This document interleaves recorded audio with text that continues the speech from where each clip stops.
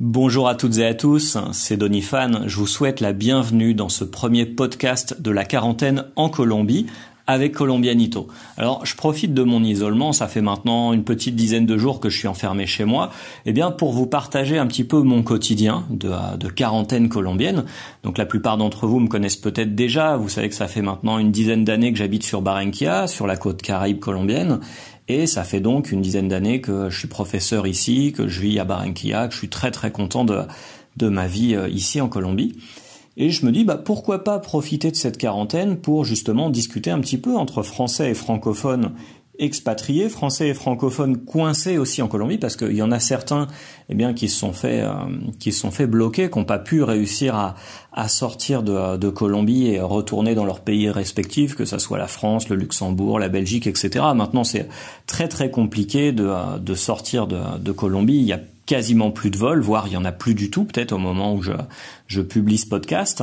Et je me dis pourquoi pas en profiter, justement, moi faire une espèce d'émission un petit peu par radio, parce que finalement je publie pas sur la radio, mais une émission web pour parler un petit peu de la quarantaine en Colombie. Et puis vous, derrière ça, si vous voulez commenter, si vous voulez partager vos galères, vos fous rires, vos anecdotes, de la quarantaine en Colombie, de votre quarantaine en Colombie, vous pouvez le faire en commentant ce podcast que je vais essayer de publier si possible tous les jours, ou sinon à chaque fois que j'aurai une idée nouvelle, ou à chaque fois qu'il se passera quelque chose de cocasse dans mon barrio, dans mon quartier, parce que j'ai envie de vous dire, là déjà, en moins de 10 jours, j'ai une quantité d'anecdotes à vous raconter La liste est longue, la liste est très très longue, mais je pense qu'on va commencer par la base de la quarantaine. On va parler un petit peu de nourriture.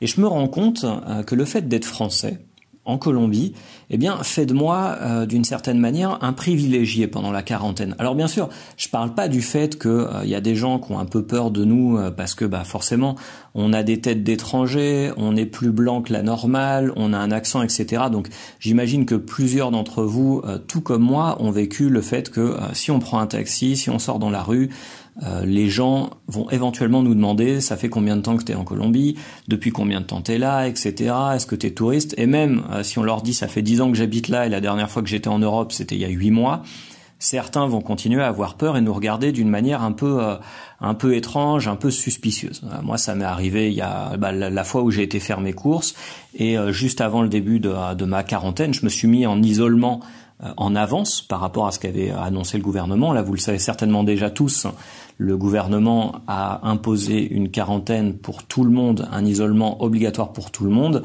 à partir de, si je me trompe pas, mardi dernier minuit. Voilà, on est censé être tous enfermés. Okay, moi, j'avais commencé en avance parce que de toute façon, mon université colombienne à Barranquilla m'avait dit « Maintenant, tes cours, tu dois les donner en ligne ». Et donc voilà, moi je suis enfermé chez moi, je donne mes cours de marketing à l'université directement sur Internet. Mais j'ai été faire des petites courses, j'ai fait comme tout le monde, été faire des provisions avant la quarantaine, et en allant chez Jumbo, anciennement Carrefour, je me suis rendu compte qu'en fait le fait d'être français, c'est quelque chose qui est plutôt génial quand on est en quarantaine, parce que au moment où j'étais faire mes courses, je suis rentré chez Jumbo et je me suis dit tiens c'est marrant, déjà le magasin était vide. On était 2 jours avant la quarantaine officielle, avant l'isolement obligatoire officiel, et le magasin était quasiment vide. Bon, première surprise, et puis je me promène et je me dis mais c'est incroyable, en fait il manque aucun produit, tous les rayons sont pleins, il manque absolument rien. Et en fait, au bout de quelques minutes, je me suis rendu compte que c'est pas qu'il manquait rien, c'est qu'il manquait aucun des aliments qui moi m'intéressaient. Parce que je suis pas colombien, donc j'ai pas des habitudes alimentaires colombiennes, je mange pas la même chose que les Colombiens. Alors bien sûr, au jour le jour, le midi, je vais acheter un corrientazo, je vais acheter un repas typique colombien où je vais manger du poulet, je vais manger du riz, je mange du riz tous les jours en Colombie.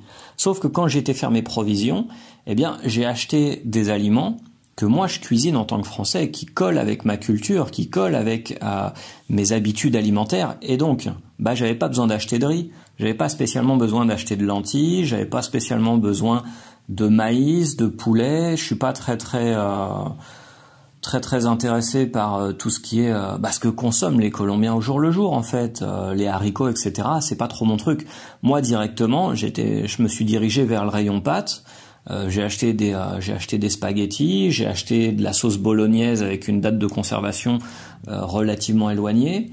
J'ai été voir s'il y avait parce que je me suis dit autant si je dois m'alimenter pendant 20 jours, faut pas seulement que je m'alimente pour survivre, faut aussi que j'essaye un peu d'alimenter mon mental. Donc je me suis dit je vais aller chercher quelques sucreries, des trucs sympas que j'aime bien. J'ai été au rayon confiture, j'ai acheté de la confiture Bonne Maman. Donc là devant moi, là je suis assis devant ma cuisine, j'ai de la confiture Bonne Maman orange amère, fraise, framboise, cerise griotte. Il y a aucun Colombien à mon avis de Barranquilla qui a été acheté de la confiture cerise griotte. Peut-être un ou deux qui ont voyagé, mais c'est pas dans leurs habitudes alimentaires.